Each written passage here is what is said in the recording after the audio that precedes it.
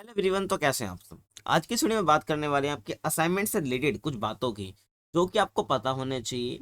आप जो पूरी डिग्री पूरी करोगे, इसमें असाइनमेंट का बहुत बड़ा रोल रहता है आपके मार्क्स में इम्प्रूवमेंट के लिए, मार्क्स बढ़ाने में। कि अगर आप असाइनमेंट पे ध्यान नहीं दोगे तो आप बहुत सारे मार्क्स खो सकते हो। देखिए, अगर मैं बात करूँ आपके क्या वेटेज रहता है असाइनमेंट्स का। देखिए, आपका जो इग्नू है ना, वो बेसिकली दो भागों में क्या करता है, मूल्यांकन करता है या इवेल्युएशन करता है। एक तो ये होता है भाई कि एक परीक्षा कराता है आपकी, ठीक है, ध्यान रखना। और आपसे असाइनमेंट बनवाता है, ठीक है। तो यहाँ पर जो परीक्षा आपकी होती है उसका वेटेज होता है 70%, ठीक है।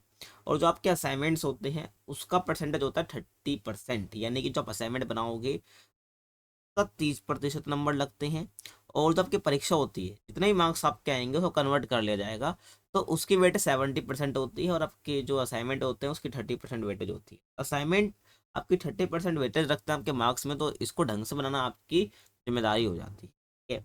तो यहाँ पर आपको क्या क्या ध्यान रखना है, देखिए। यहाँ पर आपको ना वर्ड लिमिट के ध्यान रखने, जितना वर्ड में आपको बनाने के लिए बोला है तो आपको उतने वर्ड में बनाना चाहिए, ठीक है। ना ज़्यादा वर्ड से ज़्यादा ज़्यादा करना है, ना ही जितने वर्ड बोले उससे बिल्कुल ही कम कर देना। हाँ, हल्का सा ऊपर नीचे चल जाएगा, आप बिल्कुल ही कम कर दोगे तो कहीं ना कहीं आपके जो असाइनमेंट है उसमें मार्क्स आपके कट सकते हैं, बेकार हो सकते हैं, ठीक है। और यहाँ पर जो बात निकल कर आती है ना, जो बहुत इंपॉर्टेंट है, कि मैंने आपको वर्ड लिमिट तो मैंने बता दिया है। वर्ड लिमिट के बारे में तो मैंने बता दिया है, जो सीमा आपको दी गई है उस पर आपको लिखना है। लेकिन जो आप आंसर लिखोगे ना, उसको आपको बहुत तरीके से लिखना है। ये नहीं कि आपने देखा कि ये क्वेश्चन भाई इस चैप्टर से है, इस यूनिट से है, आपने उसको पूरा का पूरा ऐसे ही बुक से लिख दिया, आपको 0 नंबर मिल सकते हैं, ध्यान रखना, ठीक है ना।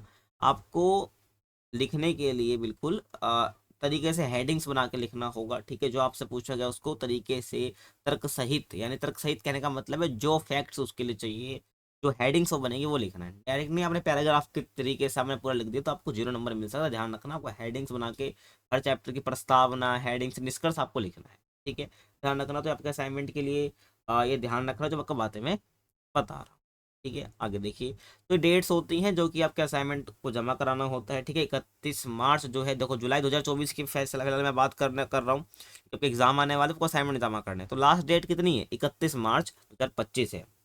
अब क्या होता है ना, देखो जो असाइनमेंट की डेट है बेसिकली बढ़ जाती है। अभी तक जितना भी हम देखते आ रहे हैं 31 मार्च से ज़्यादा एक्सटेंड हो जाती है। वो टेंशन लेनी है, बट आपको 31 मार्च से पहले पहले ही पूरा कर लेना है, ठीक है। और बाकी जनवरी 2025 सेशन की मैं बात कर लूँ तो 30 सितंबर आपके लास्ट डेट है असाइनमेंट जमा करा, ये भी एक्सटेंड हो, ठीक है। अब सबसे बड़ी बात आपको ध्यान रखना है, देखिए। अब आपको ना, जब आपके रीजनल सेंटर होते हैं, कुछ स्टडी सेंटर होते हैं, आपको चेक कर लेना है।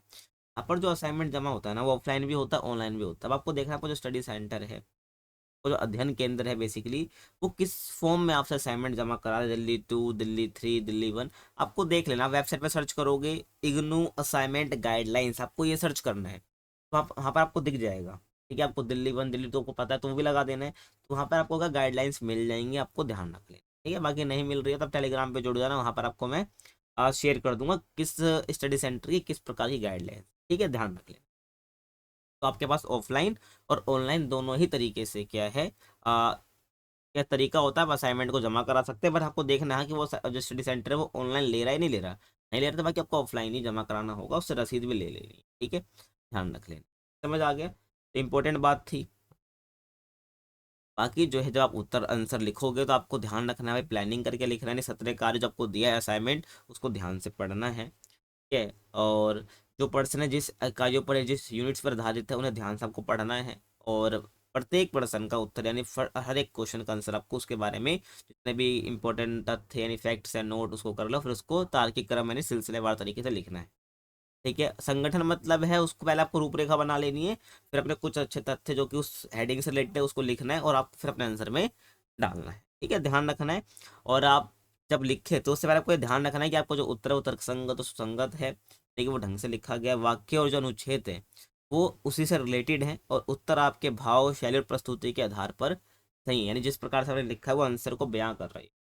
तो ये इंपॉर्टेंट बातें थी जो मुझे बतानी, ठीक है। और प्रस्तुतिकरण मतलब कि प्रेजेंटेशन कैसे करनी है, तो जब अपने उत्तर से संतुष्ट हो जाए कि हाँ भाई इसका आंसर ये है, तो आपको क्या है, अ, उत्तर साफ लिखे और जिन बिंदुओं पर आप विशेष बल देना चाहते हैं उन्हें रेखांकित भी कर सकते हैं। मतलब कि आप मान लो अपने आंसर लिखा उसको अंडरलाइन भी आप कर सकते हो। समझ आ गया?